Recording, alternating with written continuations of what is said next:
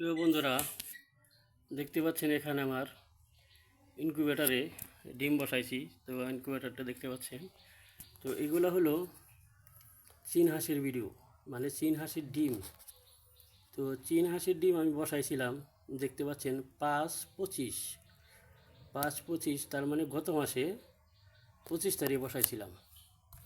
তো আজকে 32 তারিখ, মানে 2 তারিখ।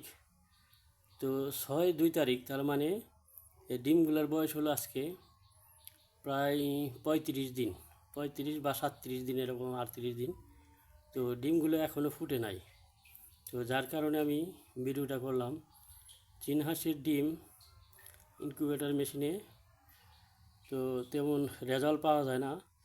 তো দেখতে পাচ্ছেন এখানে আমি আগে হাঁসের ডিম ফুটাইছি, মুরগির ডিম ফুটাইছি, কুয়েল পাখির ডিম ফুটাইছি, কিন্তু চীন হাঁসের ডিম প্রথম বসাইলাম। তো ডিমগুলো এখনও ফুটে নাই, আর 30 দিন প্রায় 40 দিন হয়ে গেছে।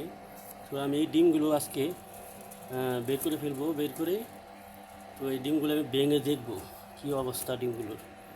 তো যেহেতু প্রায় 40 দিন হয়ে গেছে, ডিমগুলো ফুটে নাই, তাহলে এই ডিমগুলো আর রেখে লাভ নাই। তো ডিমগুলো আজকে আমি ভেঙে ফেলবো। তো ভেঙে দেখাবো আপনাদের যে এই ডিমগুলো কী সমস্যা, কেন ডিমগুলো ফুটে নাই। তো চীন হাঁসের ডিম কেন ফুটে না, তো সেটা আমি রিসার্চ করব। কারণ চীন হাঁসের ডিমগুলো আমি আবার বসাবো, বসিয়ে দেখব কেন ফুটে না।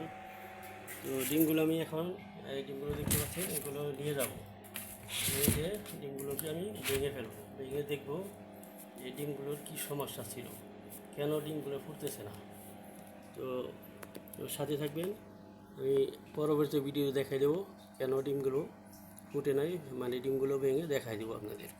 ধন্যবাদ সকলকে।